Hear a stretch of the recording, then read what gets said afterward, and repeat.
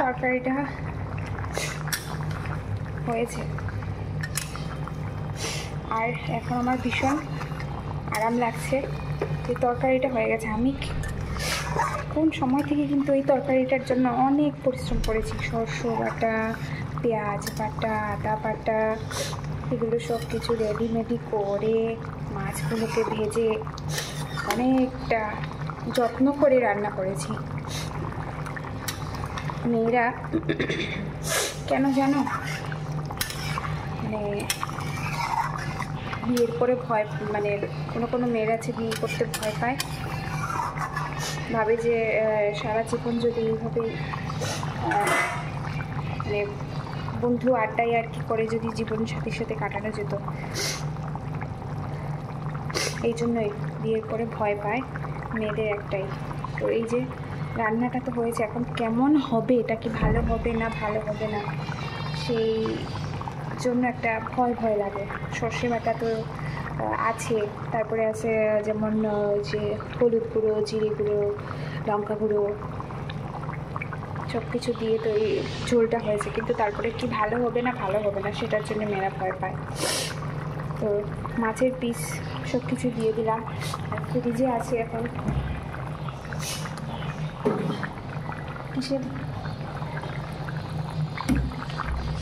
কিসের জন্য যেন মেয়েরা একা থাকতে পছন্দ করে, বিয়ের পরে আর কি।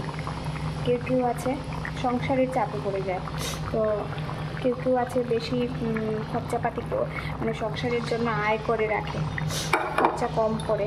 গ্যাসটা বন্ধ করে দিই। খরচা কম করে যা চায় আর কি, যাতে পরের দিনটা ভালোভাবে খাওয়া দাওয়া করা যেতে পারে, রোজ যাতে তোমার অসুবিধায় পড়তে না হয়, সেই জন্য। তো তোমরা কারা আমার মতো এইভাবে মাছ, ছোটো মাছ, আজকে একদিনে 2টো মাছ করা উচিত নয়, ওই মাছগুলো রেখে দেওয়া উচিত। কাল কি করব, সেই জন্য এই মাছগুলোকে হলুদ মেখে রেখে দিয়েছি।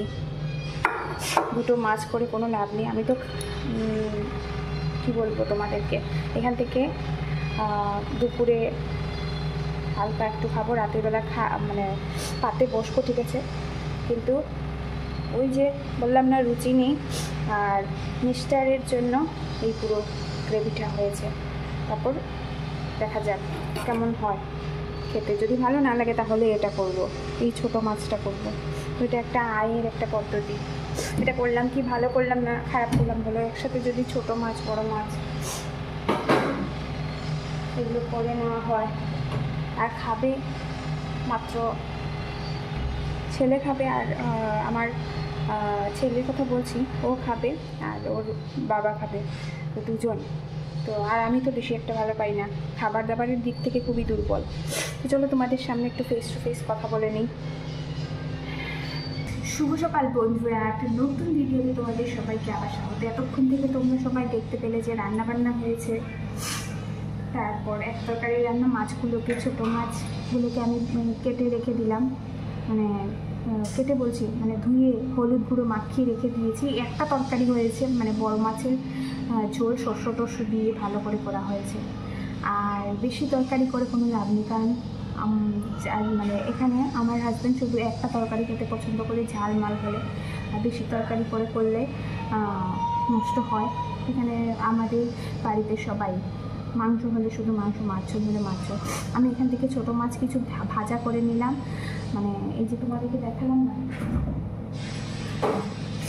যে পুঁটি মাছগুলো আছে এখান থেকে কিছু ভাজা করে নিয়েছি। মানে ভাজা খেতে ভালো লাগে বলেছি মিস্টার, তো তার জন্য ভাজা করে নিয়েছি। আর কিছু আছে তোমার রেখে দিয়েছি, এগুলো রেখে দিয়েছি, আর কিছু ভাজা করে নিয়েছি, এগুলো দিয়ে কাল হয়ে যাবে।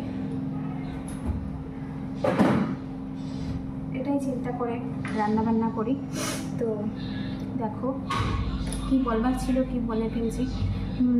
যেটা বলার ছিল, ঈশ্বর, যে আমি একটা ভিডিও করেছিলাম মা মনসা মায়ের, তো কয়েকদিন থেকে বেশ ঠাকুরের ভিডিও করছি। ভীষণ আমি ইমোশনাল আর মোটিভেট। আমি নিজেও একজন মোটিভেট স্পিকার হিসেবে তোমাদের সামনে নিজেকে প্রেজেন্ট করতে চাই এখন থেকে। তো কতটুকু পারবো, কয়েকদিন আছে দেখে, মানে কয়েকটা দিন করে নিই, তারপরে আছে মাঝখানে কয়েকদিন ভিডিও দেব। কেননা আমি খুব ভালোবাসি মোটিভেট করতে সবাইকে।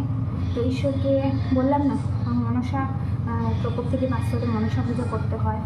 তো এরকম সব দেবতাদেরই পূজা করতে হয়, শুধু যে মা মনসা না। আর পুজোটা করলে কি হয়, তোমার বাড়িতে অনেকটা শুভ ইয়ে হয় আর কি, ঘটে, সব কিছু শুভ সূচনা হয়, সব কিছু ভালো হয়। আর ছোটো হোক বড় হোক, তো আমাদের বাড়িতেও পুজো করা হয়। কয়েকদিন আগেও বিষ্ণু পূজা হয়েছে। এইভাবে সবাই বাড়িতে ছোটোখাটো করে পুজো করলে ভালো হয়। তোমরা সবাই জানো যে পুজো করলে সবাইকে ডাকতে হয়, নিমন্ত্রণ করে খাওয়াতে হয়, তো এটাতে অনেকটা পুণ্য আছে। আর ভগবানও এদেরকেই সবচেয়ে বেশি ভালোবাসেন, যারা যে পুজো আর্চা করে সবাইকে খাওয়াতে ভালোবাসে, অল্প একটুখানি হলেও তাদেরকে ভগবান বেশি ভালোবাসে। আর নিজের তুমি দেখবে নিজেও একটা ভালো লাগবে যদি তুমি এরকম করো। তো এইভাবে করে জীবন কাটানোটা খুবই সহজ, পুজো আর্চাদি করে। আর কি বলবো, তোমরা তো দেখতে পেয়েছো খাবার দাবারের দিক থেকে কোনো ত্রুটি নেই।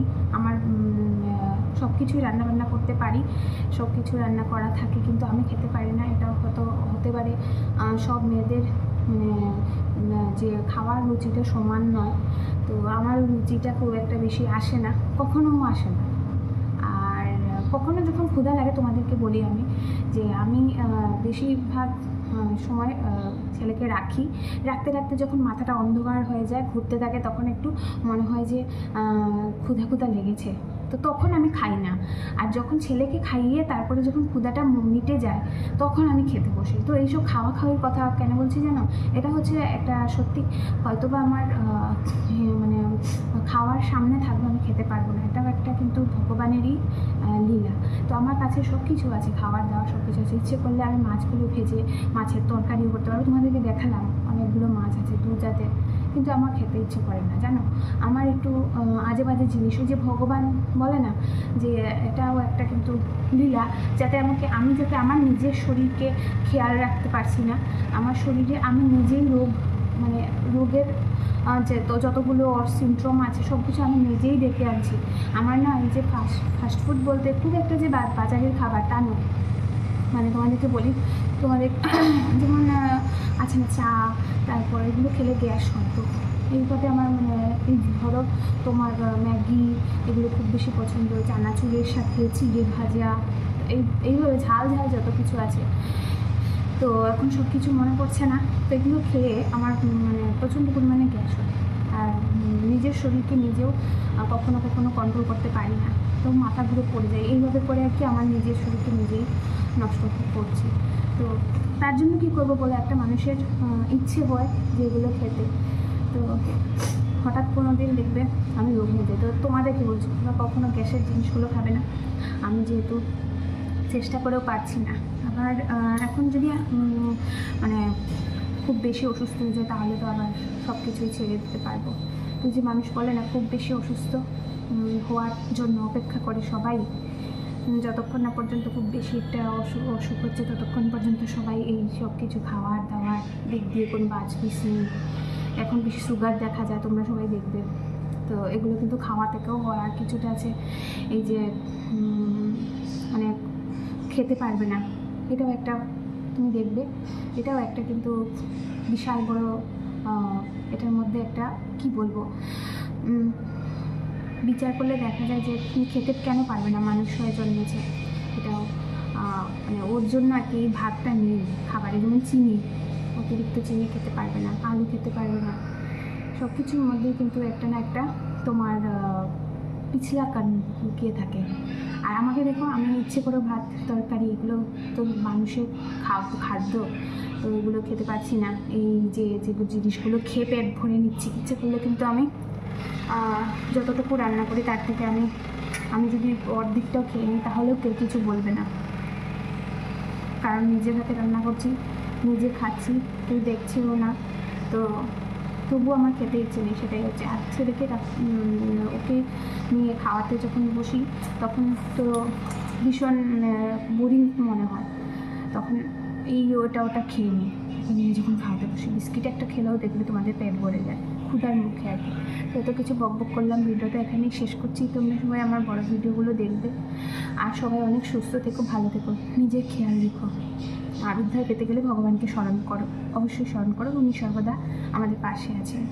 যে কোনো সময়, সন্ধে বিকেল, যে কোনো সময় ভগবানের নাম নিতে থাকো, তাতে করে তোমাদের সব সমস্যা, আমার সব সমস্যাই বলি না কেন, সব কিছু দূর করার জন্য উনি সবসময় আমাদের পাশে আছেন। নমস্কার। আমার ভিডিওটি যদি তোমাদের ভালো লাগে চ্যানেলকে সাবস্ক্রাইব করে দিও, লাইক কমেন্ট শেয়ার করে দিও। আরও মোটিভেট কথা বলবো। টাটা।